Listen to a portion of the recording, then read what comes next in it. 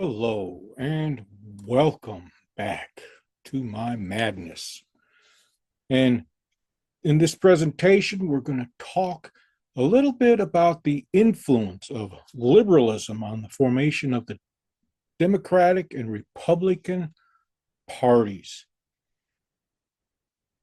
Now, we've heard a lot of rhetoric about liberals, liberal left, and such.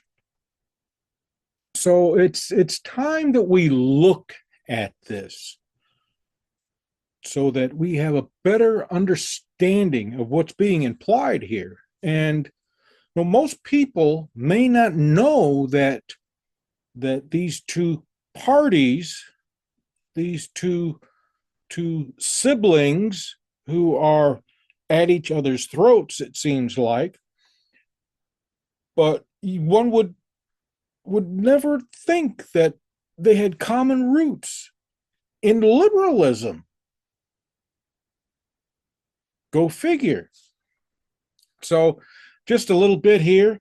Liberalism is a political and philosophical ideology that has had a huge impact on the formation and development of the two political parties we are familiar with, meaning the Democrats and the Republicans. And we're going to explore a little bit about the origins of liberalism and its influence on these two political players. We're also going to look at some of the contrasts in their interpretations of liberal philosophy. And liberalism began, or maybe not began, but it coalesced, it came together during the 16 and 1700s, during the Enlightenment period, also known as the Age of Reason. And it was during this time, the world was in upheaval and there were plagues and such. All of this was taking place in the European countries.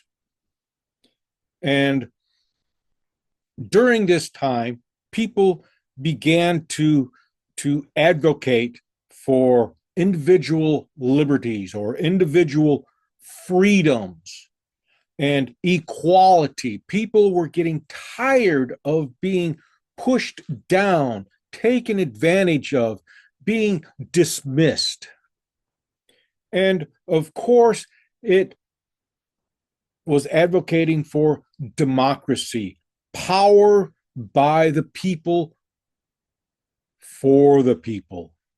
And you've heard that before. And we'll explore democracy in a later presentation.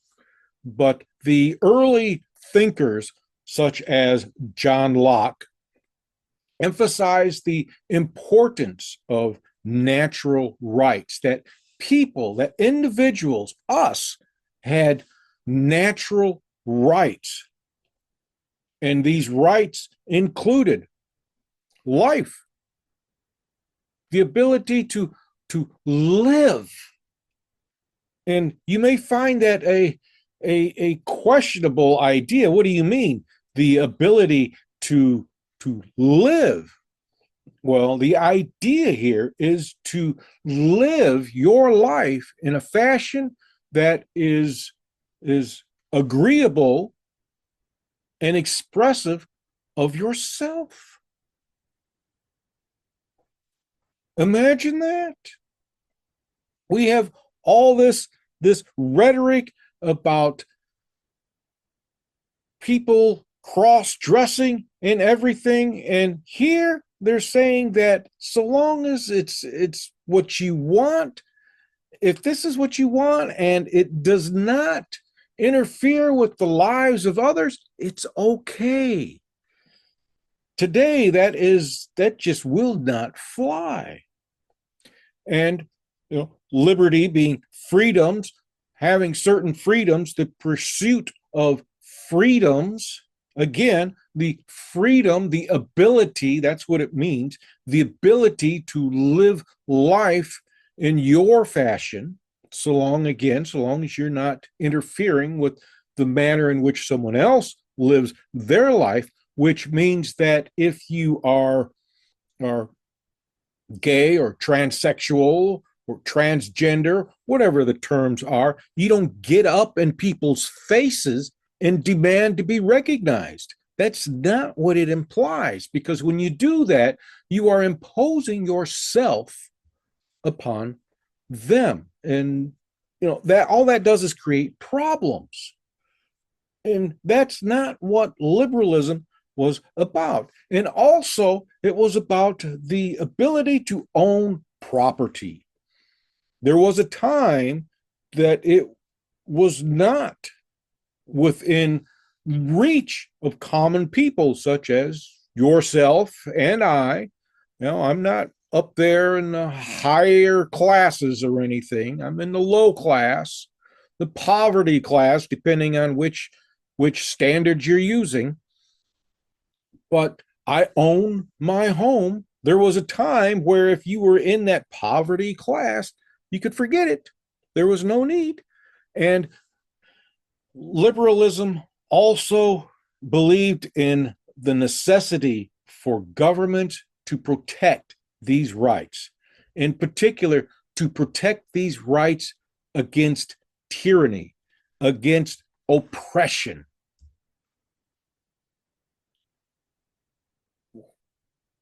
Let's look at the Democratic Party, how its formation, which took place in the early 1800s. It evolved from the Democratic Republican Party, which was founded by Thomas Jefferson and James Madison. You would know these people as being participants in the formation of the United States. And the Jeffersonian ideals, as they became known, emphasized agrarianism, which was or is a philosophy that emphasizes the value of agriculture and small-scale farming. It was more directed to those people who lived in the rural countryside. And these ideals also included states' rights, which may be under fire today because the current administration is now looking at imposing their will upon the states regarding green energy, wind farms in the oceans in particular. And they also promoted a limited federal government. In the very beginning, the idea of the federal government was just to oversee the states, to represent the states on a global level. That was the original intent at that time. So the Democratic Party embraced liberalism's core tenets, which were individual freedoms, equal opportunities, encouraging policies that supported the common man or the common person.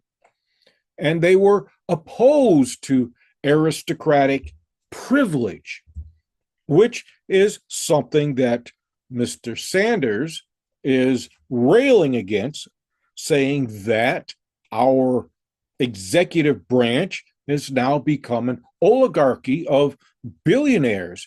And it is these people of privilege or aristocratic individuals who have been tasked with leading the various departments in the government and the DOGE, the Department of Government Efficiency.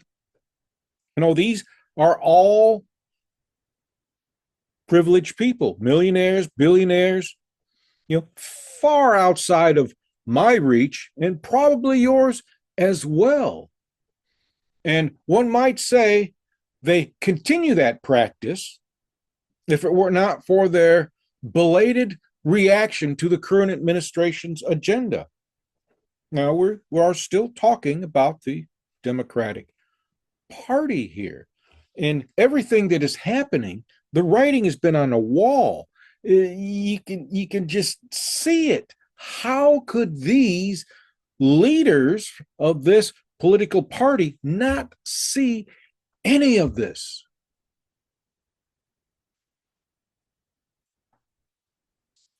It just boggles the mind. How could they not have seen this? And all they do now is rail about it. They've got all these political uh, advertisings on Democrats standing up against Mr. Trump and and opposing the agendas of Mr. Trump in the White House and all this. Who cares? It's done. Give us a plan. Talk to us about what you can do about this and how we can help. Don't just stand up there and say, we are opposing this. Come together and formulate something. Well, now we're getting too far ahead of ourselves. So, during the 20th century, particularly under Franklin Roosevelt's New Deal, which focused on relief for the unemployed, recovery of the economy, and the reform of the financial systems. This became known as the 3 Rs. And the Democratic Party's platform added this to their liberal principles that called for social welfare programs, economic regulation, and civil rights. Their goal was to address the needs of marginalized populations. And at that time, these marginalized populations were vast. Now we've got little pockets here and there, and all these marginalized populations actually conflict with each other, drawing attention away from the whole situation by focusing on, it's like focusing on one word in a sentence and not seeing the sentence. Not saying that one is less valuable than the other, but if they could come together in support of each other, well, that creates a larger organization. Hey, you could almost form a political party based on that. Imagine. So continuing, their goal also included to promote social justice, which is aligned with modern liberalism's emphasis on equality and government intervention to ensure fairness. Now, let me stress that government intervention, suggesting that people can't do this on their own. And apparently they can't. Now, let's look at the formation of the Republican Party. Like I said, we're not going in deep. This is all surface stuff. It's up to you to further delve into this. All this does is give you a general idea. The Republican Party was founded during the mid-1800s and emerged from anti-slavery movements, abolitionists and such, and the remnants of the Whig Party at that time. And these early Republicans, which, by the way, included Abraham Lincoln, who is said to have championed the liberal ideals such as individual rights in opposition to slavery, liberalism there. He is known for his emancipation of the slaves the freedom of the slaves, well, it didn't necessarily pave the way for anything. It just made slavery illegal. There was still a whole lot of work that needed to be done that never got done until it was again broached in the 1960s with the civil rights movement. Post World War II and during the Reagan era, the Republican Party's interpretation of liberalism changed. It was more about economic liberalism, emphasizing free market capitalism, which is not a bad idea. Free markets create innovative ideas, create competition with each other, which is a means of price control. They also advocated deregulation.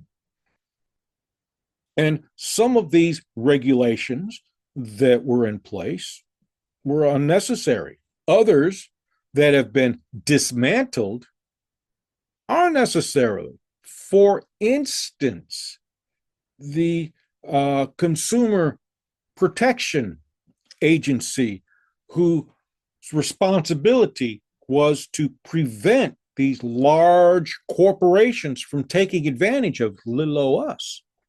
That's gone now. So we don't know what's going to happen with that. It does pave the way for a lot of these financial institutions and other corporations to increase fees, to manipulate us, to dupe us, deceive us. It leaves a lot of that open. And they also wanted limited government intervention, which was contrary to their earlier goals, which was a strong federal government whose responsibility it was to preserve the Union and uphold civil liberties. That was all, well, today it's disappearing, but during the Reagan era, they shifted their goals towards going from a government that would enforce civil liberties to one that would retreat and leave the enforcement of civil liberties up to the individuals or possibly the states. Only today, the federal government is attempting to impose its agenda on the states. So I don't know how that's going to play out. It's got to, like everything else, work its way through the court system. And then we have to see if the administration will abide by a court ruling, particularly if it is against them. So the Republicans began to endorse individual entrepreneurship, which again is strange considering that these large corporations, these large companies, when they see competition from a small organization, they either buy them out or they wipe them out. There are several large companies that have gone through SEC filings and court procedures for that very thing. Alphabet, the parent company of Google, Facebook, these companies have squeezed out individual entrepreneurs. Go figure. So they also endorse personal responsibility, which is something we all need to do. We all need to be responsible for ourselves. And they promote lower taxes. And their belief is that this will produce an efficient and fair market system, which is better for the country. So let's look at some of these contrasts that each of these parties have in relation to the liberalist concept, the liberalist idea here. And first up are economic policies. Democrats prefer a progressive taxation system, which would be needed to support government regulation of industry and social welfare programs. The Social Security that people pay into, that people are now ranting about the Doge team invading, that is a social program. That is a liberal social program. Medicare is a social program. Medicaid is a social program. If you want to keep these social programs, you have to pay taxes for them. You have to pay for them. And my thinking with this is, if you want to increase taxes to pay for these programs, make them more efficient so they operate better, make them available to everybody. One thing I noticed during my associate program was that the government had all these programs to help people. However, they never told anybody about these programs. So they ended up with money lying around that was never used. Now that is a crime. That is waste. That is fraud. And back to this, in their eyes, these measures are essential to address the income inequality that many people experience and to provide a safety net for all of the citizens, a safety net. That means that these welfare programs were never intended to be a means of living or to provide a lifestyle. They were there to help you get back up on your feet again and moving along. They were not there to carry you. And in the democratic perspective, liberty involves an active government intervention to ensure economic equity and to protect the vulnerable. Active government intervention. There's a reason for that. There's a reason for that, because there are the traditionalists, who are called conservatives, that advocate for religious traditional values, which can be dangerous if applied incorrectly. And in those religious traditional values, there are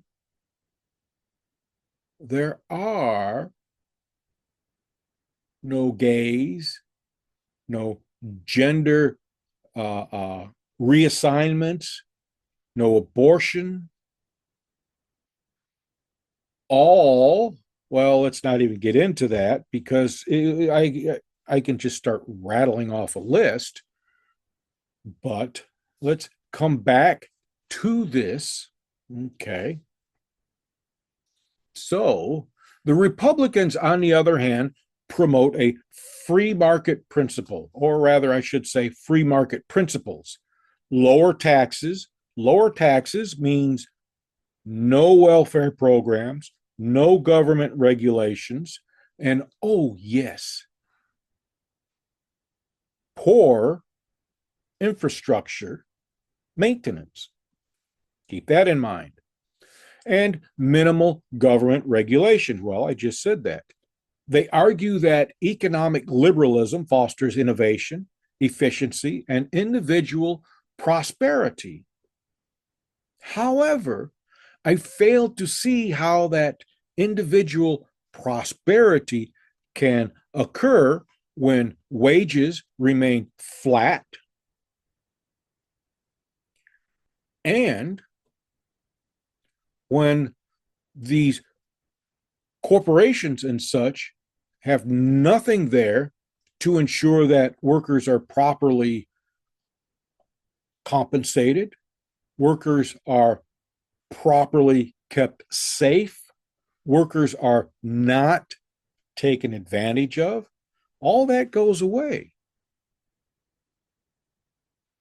So, how can an individual prosper with all just, and this is just three potential problems where there's probably a slew of them.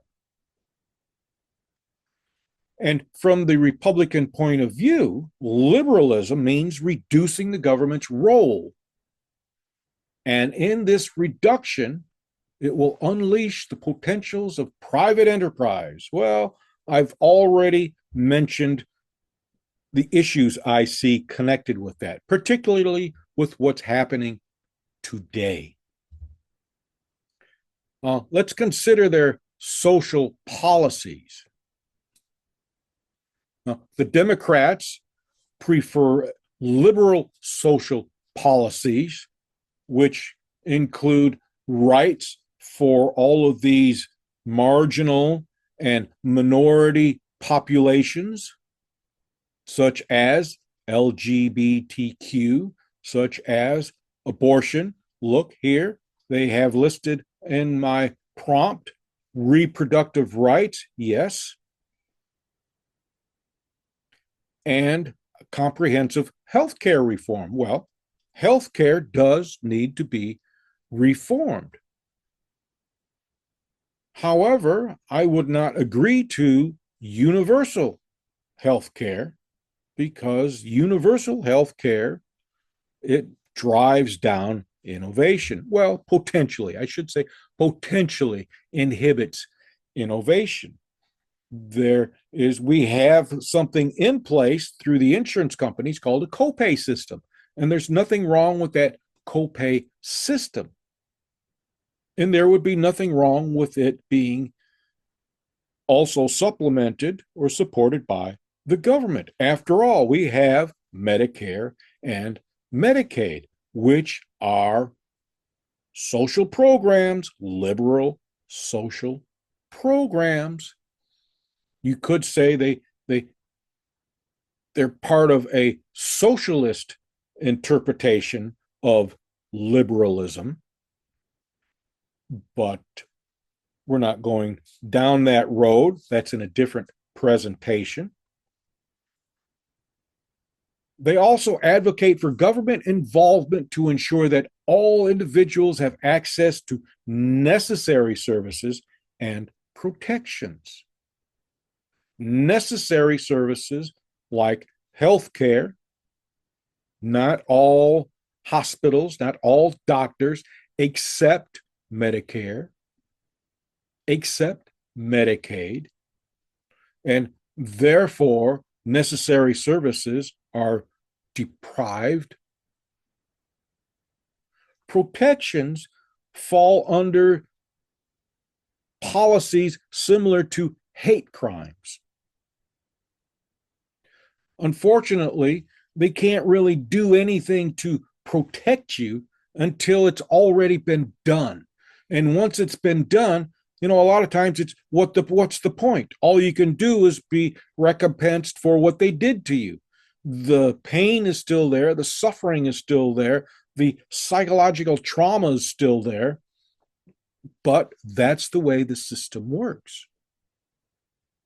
And they also believe that these services and protections need to be provided, need to be enforced, whether you or I accept it or not. They take choice away. To them, this reflects liberalism's commitment to equality and social justice.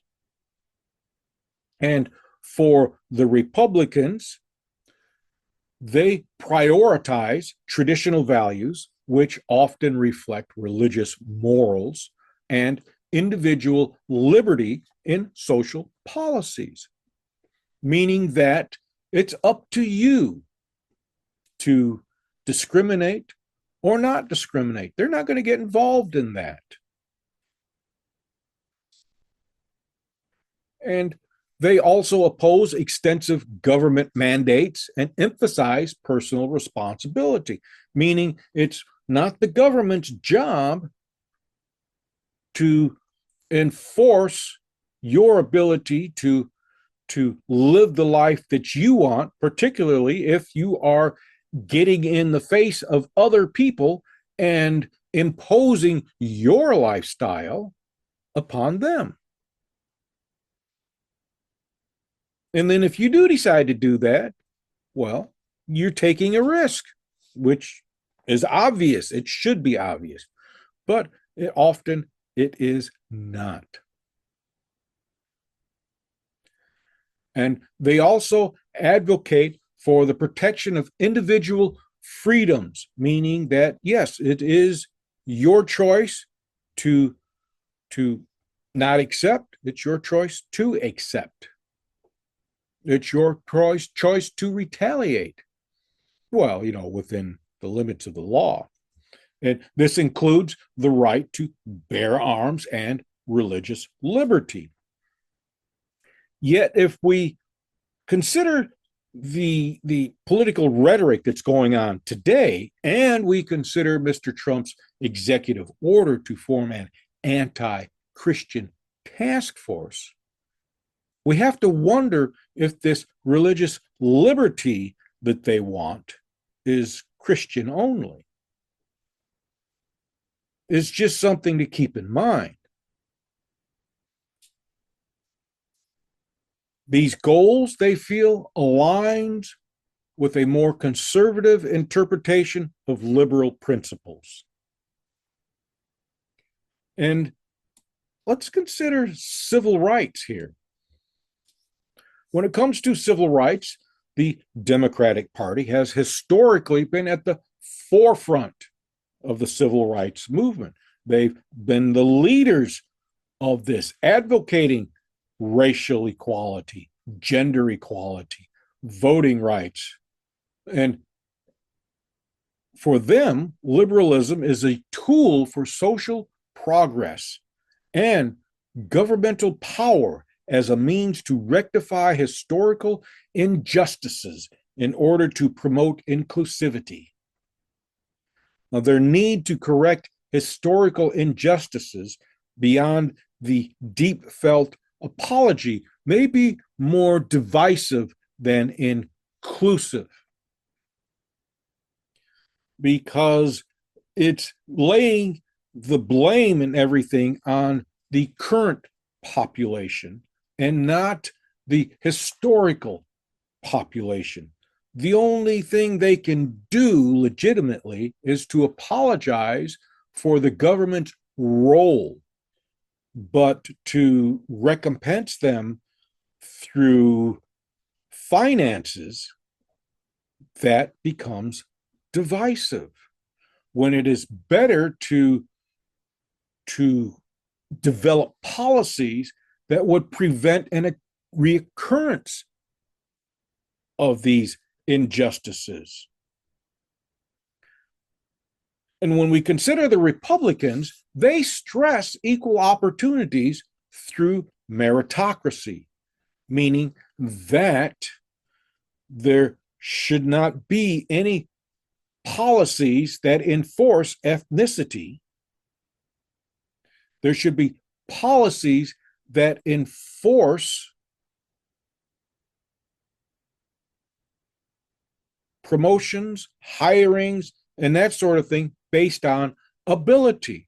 Unfortunately, they rely on the individual to determine who is the better qualified person, while not considering whether they're male or female, Caucasian, Hispanic, African American, they rely on the individual. And let's face it, people prefer to be around their own kind.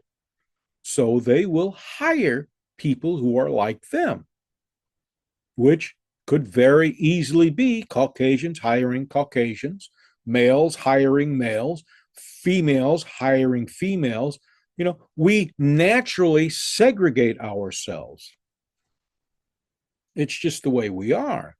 We do need the government here to say, hey, this person here has these qualifications. Though he is of a different ethnicity, he is more qualified for this position than this person over here whose ethnicity is the same as yours, who has very little qualifications. There's the difference. There's the importance with this. I mean, meritocracy is great if people can follow through with it. And they argue that government intervention should be limited and should favor the individual initiative, meaning the outcome should favor the individual. Unfortunately, if you don't meet this particular criteria, it's not going to work. Again, we are relying on the individual to look past ethnicity, gender, affiliations. We're relying on the individual to do that.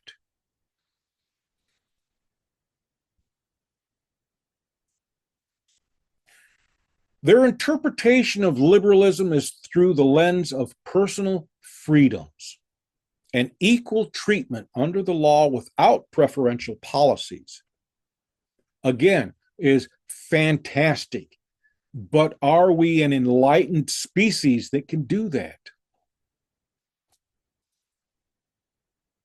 And then when we consider what is happening today, the targeting right now of immigrants, whether they are illegal immigrants or legal immigrants, they are being targeted and shipped out. We have the one individual who was said to belong to these gangs and everything, who went before the courts in the first administration of Mr. Trump, and the courts determined that, yes, he has a right to stay here and you cannot bother him anymore on this topic. It has been shipped out to El Salvador. Anybody who says Mr. Trump is crazy or stupid or anything like that is living in ignorance.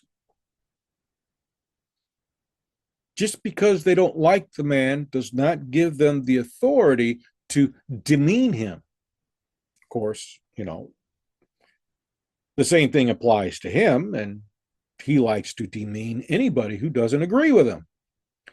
But that's not what I'm referring to. What I am referring to is that the man knows what he's doing. Once these people are out of the country, he can stall as long as he wants until it falls away. And that may be what he's attempting to do now. So when we consider the role that liberalism has played in the formation of our two political parties, which may be why a third would be preferable to break up this polarization. Anyway, liberalism has played a huge role in shaping the foundation and the progress of both parties. They share common roots in this liberal ideology. However, their interpretations of this ideology is very different from each other. Democrats tend to favor government intervention to promote equality. Republicans prefer a limited government and personal responsibility without government interference. Understanding these two differences in perception of liberalism and their historical role in the formation of these two organizations is very important because it helps you to understand the motivations behind their respective platforms. And believe it or not, despite the rhetoric and everything, liberalism, liberal ideas is still the driving force behind both the Democrats and the Republicans, despite the different paths that they have taken. I hope this was informative and I hope you enjoyed it. And enjoy your day. Thank you.